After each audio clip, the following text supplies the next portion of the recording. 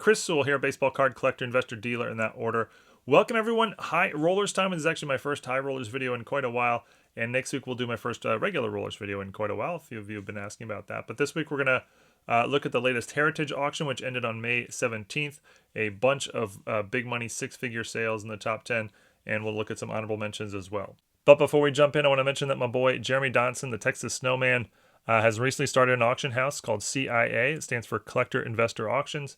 And the title of the auction house is inspired by the title of my channel. I've been involved since the very beginning when Jeremy first came up with the idea for the auction house as someone to bounce ideas off of and, discuss ways to get the auction house up and running and everything implemented and, done the right way. I'm a small stakeholder in the company and very excited for Jeremy that it's finally ready for launch here in mid-June. The first auction will run, as you can see, June 13th to June 23rd. I don't think the preview for the auction is up on the site yet, but it should be up, in the next week maybe. It'll feature sports cards and comics, and Jeremy's been burning the midnight oil for quite a while here, in sort of preparation for the launch. So it's very, very cool to see that it's finally here. I've included links to the site down below. You can register to bid. Registration is of course free, and you can also consign your items to CAA or just follow the auctions along whenever you want. But yeah, check it out. All right, but let's check out the high rollers. And before we count down our top 10, we will look at some honorable mentions, starting with pre-war baseball. 1923 W515-1 complete set, 60 cards in the set. These are hand-cut strip cards, so not as popular as other pre-war cards, but it is the #1 ranked set on the PSA set registry, as all 60 cards are graded by PSA. Sold for $33,600, and I should mention that all prices you see here include the buyer's premium, so technically the hammer price was less than this, but that's what the buyer is paying out of pocket to own the card. 1927 Honey Boy, card number 14, Babe Ruth, graded a PSA EX5. I've never even seen this card or heard of it before, but I do like the title, Honey Boy there. That's kind of funny. $43,200 for the PSA 5 copy from his historic 1927 season. Look at this, 1948 Bowman Baseball unopened wax pack, one of only 4 copies ever graded by PSA, and this one's a PSA near mint 7, $138,000 for the unopened pack. 1959 Menko JCM 24 Sadahara O, graded a PSA mint 9. This is his rookie card.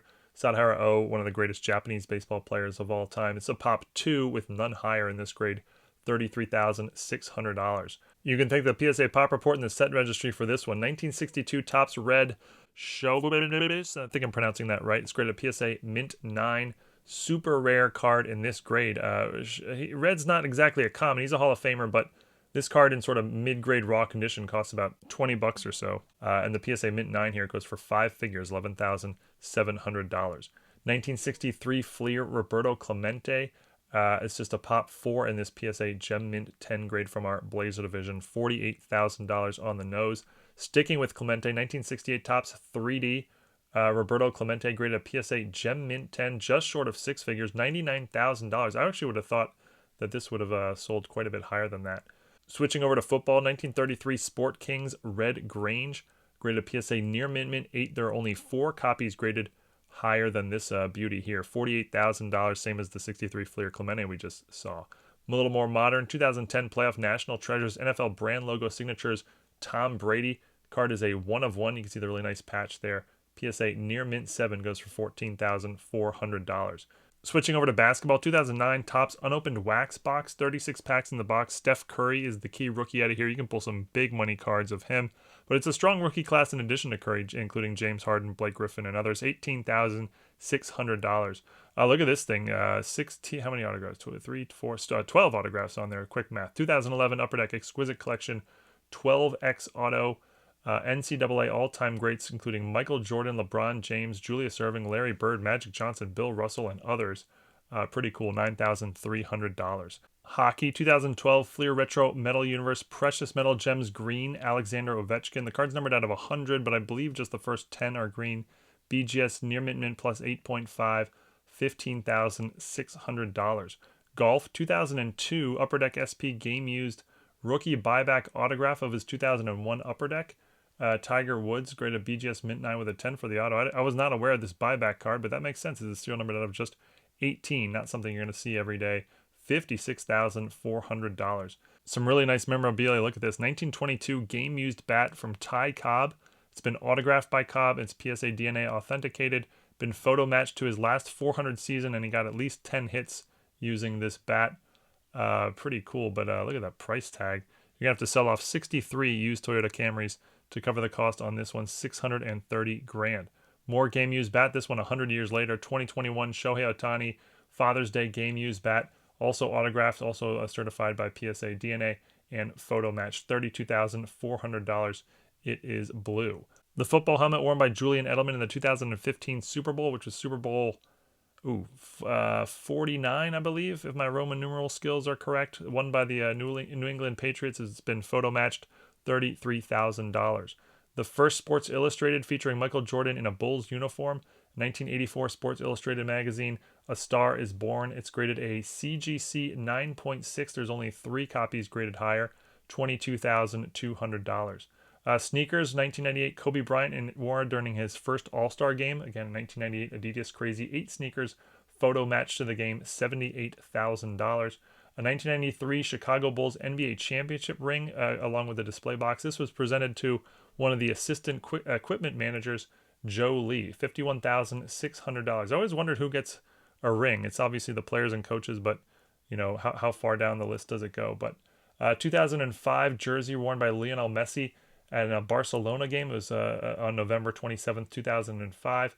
That's been photo matched, $30,000. And a couple of big boy sales here to finish off the honorable mentions. 1955 Sandy Koufax game-worn Brooklyn Dodgers rookie jersey. It has been photo matched to his rookie season, 1955. $1,800,000. And if you think that's a lot, this one even tops that. 1920 Walter Johnson game-used jersey worn by for the Washington Senators. Again, photo matched to his first game facing Babe Ruth as a Yankee. This sold for $2,010,000. That means you would need to sell off 201 used Toyota Camrys to cover the cost of this jersey.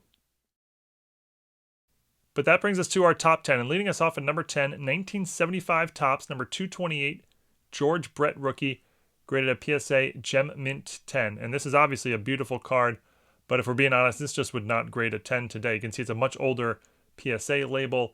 The card's a little bit off-centered left to right and has some notable, it's very minor, but it is notable edge wear on the bottom half of the card. The back is significantly off-centered. So like I said, by today's grading standards, this would not grade a 10, but it is in the PSA 10 holder. Sold for $150,000 on the nose. There's only been one other sale of a PSA 10 in 2024. That was in February when a copy went for $148,000. So nothing really strange with the price here. It is a PSA Pop 11. Number 9, 1955 Topps, number 164, Roberto Clemente rookie from our Hamana division. It's graded an SGC Mint 9. Maybe the little bit of off-centered left to right as you look at the card. Maybe a tiny bit off-centered top to bottom as you look at the card as well. But that is about it. Basically a perfect looking surface on the front and also on the back. Sold for $156,000. This sale strikes me as pretty low. It's the second ever known sale of an SGC 9.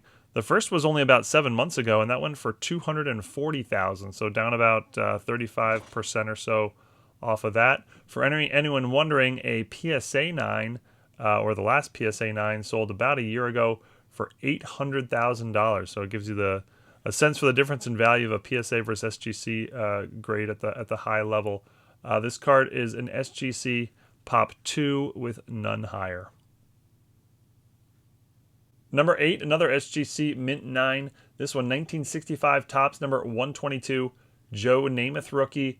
Look at this card, just absolutely perfect. You know, the Clemente we just saw, I could point to centering. This one, I don't see anything to point to. It is centered all around. Surface is perfect. Corners and edges all look, immaculate. Even the back is centered and super clean. Just an absolute beauty all around. Sold for $180,000. It's the first ever known sale of a copy of this card in an SGC Mint 9 holder. It's the new all-time record sale of this card in any SGC holder. The previous record being an SGC 8.5, which went for $102,000 back at the peak of the hobby in 2021. It is an SGC Pop 2 with none higher, like the Clemente we just saw. Number 7, 1910 E98 red background, Ty Cobb. The card was part of the Black Swamp find, a famous find of very, very high grade pre-war baseball cards, and a lot of them. And I mean, look at this thing. It's graded an SGC Gem Mint 10. That doesn't even feel like that should be possible, but I mean, looking at the card here, I don't see any reason why this should not be a 10. Front looks, perfect, as does the back. This sold for $180,000. I was actually quite surprised. There have been 4 sales of the card in an SGC 10. I would not have thought that. It's just an SGC Pop 2, so there are only 2 copies available on Earth, and they've sold a combined total of 4 times. This sale is the second highest of the 4. The all-time record of an SGC 10 was back in 2021. It went for $218,000. Number 6, 1951 Bowman number 305, Willie Mays rookie. The Say Hey Kid is graded a PSA near mint 8. A little bit off center, left to right as you look at the card here. Maybe really lightly tipped corners. And that is basically it. Everything else looks great, as does everything on the back. Sold for $186,000. The sale's a little bit on the low side. The last 3 sales of a PSA 8 were for $252,000, $200, and $234. So definitely down a bit from recent sales. Anyway, those 3 sales were all in the last 6 or 7 months or so. It is a PSA Pop 78, and there are 9 copies graded higher. This card has never been graded a PSA Gem Mint 10. No copies of that exist. Number 5, 1961 Fleer. Number 8, Wilt Chamberlain rookie. Graded a PSA Mint 9, and these are just all, stunners at this point. I mean, you can look and admire and see if you can find a flaw if you would like, but I'm just going to stare at the card's front and then again at the back for a few seconds here. Sold for $198,000. This is actually the lowest sale of a PSA 9 in about 4 years, and that covers about 12, covers 12 sales. Now, it's the first sale of a PSA 9 in about a year, so that helps explain that. The all-time record sale of a PSA 9 was back in 2021 when a PSA 9 went for $461,000. So down roughly 60% from the peak of the hobby in early 2021. This card is a PSA Pop 32, and there are, in fact, 3 copies graded higher in PSA Gem Mint 10 holders. Number 4, 1955 Topps number 123, Sandy Koufax rookie, graded a PSA Mint 9 from our I'm Jealous division, and I am running out of divisions here. Yeah, take a look and insert, impressive description of condition here. Sold for $228,000. This sale is also the lowest sale in quite a while. It's actually the lowest sale of a PSA 9 since 2018. That covers 8 sales, although not by a whole lot. The sale before this went for $244,000, so it's not like it's down tremendously from recent sales or anything like that. But it is a PSA Pop 25, and there are 3 copies graded higher in PSA Gem Mint 10 holders. None of those 3 10s have ever been put up for sale. Number 3, 1952 Topps Baseball complete set. It's actually a complete master set with 491 cards. The set contains 406 cards, but I guess there's 85 variations for a total of 491 cards in the set, and every card is graded by PSA or SGC. They range from a 4 up to a 7, and the all-important Mickey Mantle in the upper left is graded a PSA X Mint 6. Sold for $264,000. The mantle in a 6 is worth about $175. So the mantle in a 6 is, covers roughly 2/3 of the cost of the value of this set. So, without doing any sort of breakdown, I don't know, this price seems really, really low. It seems like there would be a lot more breakup value than this, but that's just, my hunch. Number 2, 1961 Fleer Basketball unopened wax box. 24 packs in the box. You can see back in the day, the packs cost 5 cents per pack. The box is sealed and certified by Baseball Card Exchange, and you can pull one of those Wilt Chamberlains we saw earlier, but there's actually a lot of key rookies in this set. Oscar Robertson, Jerry West, and a bunch of others. Sold for $372,000. I could not find another sale of an unopened box of 61 Fleer Basketball, but you can see, like I said, 24 packs at 5 cents a pack back in the day would have cost you $1.20 Today it goes for 372 grand. That's what, you know, something like 300,000x return on your money. I checked with my research department. They ran the numbers and can confirm that is a pretty good return. And number 1, a high rollers regular, 1952 Topps, number 311, Mickey Mantle. It's graded an SGC near mint plus 7.5, razor blazer here. Maybe the slightest slant cut if you look at, say, the left border, maybe a little bit wider at the top than at the bottom. That's something that always sort of bothered my eye, but I don't mean to nitpick as the card is, like I said, a razor blazer both on the front and also on the back. Sold for $564,000, and this is a very, very high sale. It's the new all-time record sale of the card in this grade.